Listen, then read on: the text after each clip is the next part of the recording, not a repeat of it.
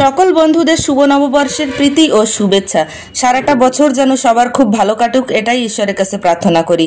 পুরনো বছরের দুঃখ কষ্ট ভুলে গিয়ে নূতন বছর নূতন করে শুরু করো সবাই।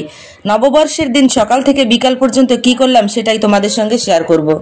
নববর্ষের আগের দিন রাতেই আমি ঘরে কিছু মিষ্টি করে রাখবো। গোলাপ জামুনের যে প্যাকেটগুলো বাজারে কিনতে পাওয়া যায়, ঘরে বানানো হয় ওগুলো। তবে আজ আমি শিরাটা করব গুড় দিয়ে, চিনি নয়।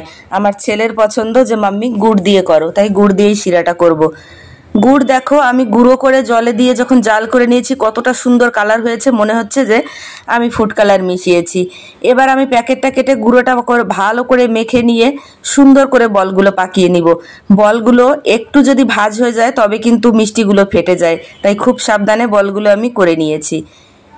এবার তেলটা গরম হলে হালকা গরমে দিয়ে মিডিয়াম আঁচে একদম প্রথমে লো ফ্লেম করে ওগুলো ভালোভাবে ভেজে নিয়েছি। ভেজে ঠান্ডা না করে একটু গরম অবস্থাতেই আমি এবার শিরার মধ্যে ভিজিয়ে দিব। এভাবে রেখে দেবো সারা রাত, পরে সকালবেলা তোমাদের দেখাবো। শুভ নববর্ষ। সকালবেলা ঘুম থেকে উঠেই রান্নার কাজে লেগে পড়েছি, কারণ আমার মামনির স্কুল আছে। গোলাপ জামুনটা দেখে নাও, রাতের বেলা যে রেখেছিলাম একদম রসে ভিজে ফুলে উঠেছে সুন্দরভাবে, খুব সুন্দর হয়েছে, একদম নরম। সকালবেলা আমি টিফিনের জন্য বানাবো পুরি সবজি। পুরি সবজির জন্য আমি এখানে একটা ক্যারট, একটা আলু, পেঁয়াজ কুচিয়ে নিয়েছি। এখানে পুরির জন্য ময়দাটা মেখে নিয়েছি। আর ফোড়নের জন্য আমি কারি পাতা, ধনে পাতা, শুকনো লঙ্কা, সর্ষে, জিরে এগুলো নিয়ে নিয়েছি। সবজিটা আমার হয়ে গেছে। এদিকে আমি একটু ক্ষীর করব।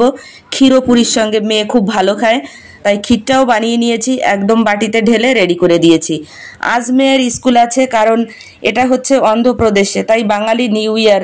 এখানে তো আর স্কুল ছুটি থাকবে না, কারণ তেলেগুদের নিউ ইয়ার মানে অগাদি। আগে তোমাদের ভিডিও দিয়েছি, তখন ওদের নূতন বছর শেষ হয়ে গেছে। আর আজ আমাদেরটা। বাংলায় ছুটি থাকে, কিন্তু বাহিরে কিন্তু নববর্ষের ছুটি থাকে না।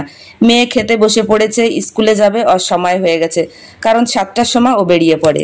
বাকি সব কাজ সেরে, স্নান সেরে এবার ঠাকুরের পুজো দিতে চলে এলাম। হরে কৃষ্ণ কৃষ্ণ কৃষ্ণ হরে হরে।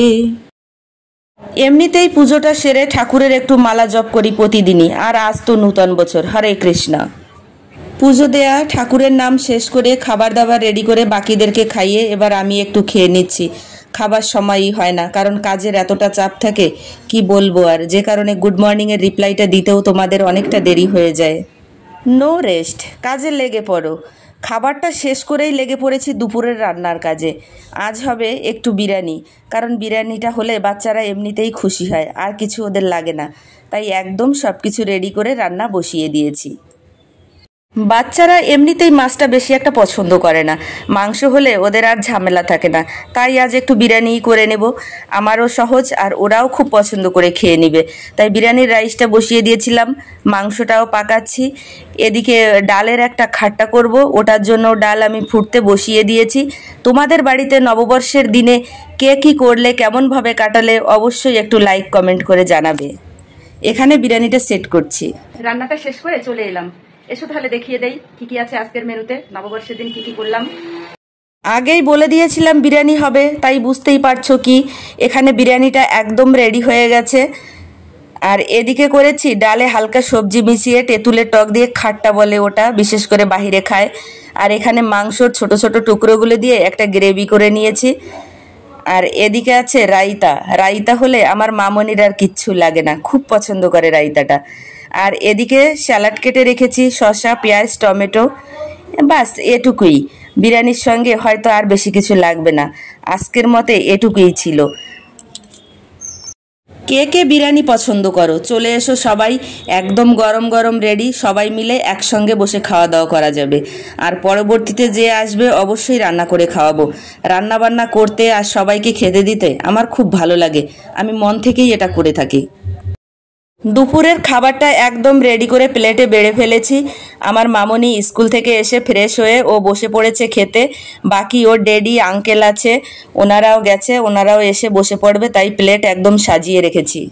দুপুরের খাবার শেষ, এবার বিকেলবেলা যে গোলাপ জামুন বানিয়েছিলাম আর এখানে ছিল ক্ষীর, ওগুলো বিকালে টিফিন হিসাবে খাওয়া হবে। যে সকল বন্ধুরা এখনও আমার পেজটি ফলো করনি অবশ্যই ফলো করে সাথে থাকবে। ইউটিউব থেকে যারা দেখছো তারা সাবস্ক্রাইব করে দিয়ে সাথে থাকবে। আজকের আমার এই ভিডিওটা তোমাদের কাছে কেমন লাগলো অবশ্যই একটু লাইক কমেন্ট করে জানাবে, ভালো লাগলে শেয়ার করে সাথে থাকবে। সবাইকে আবার বলছি শুভ নববর্ষ, টাটা বাই। পরবর্তী ভিডিও নিয়ে আবার হাজির হয়ে যাবো।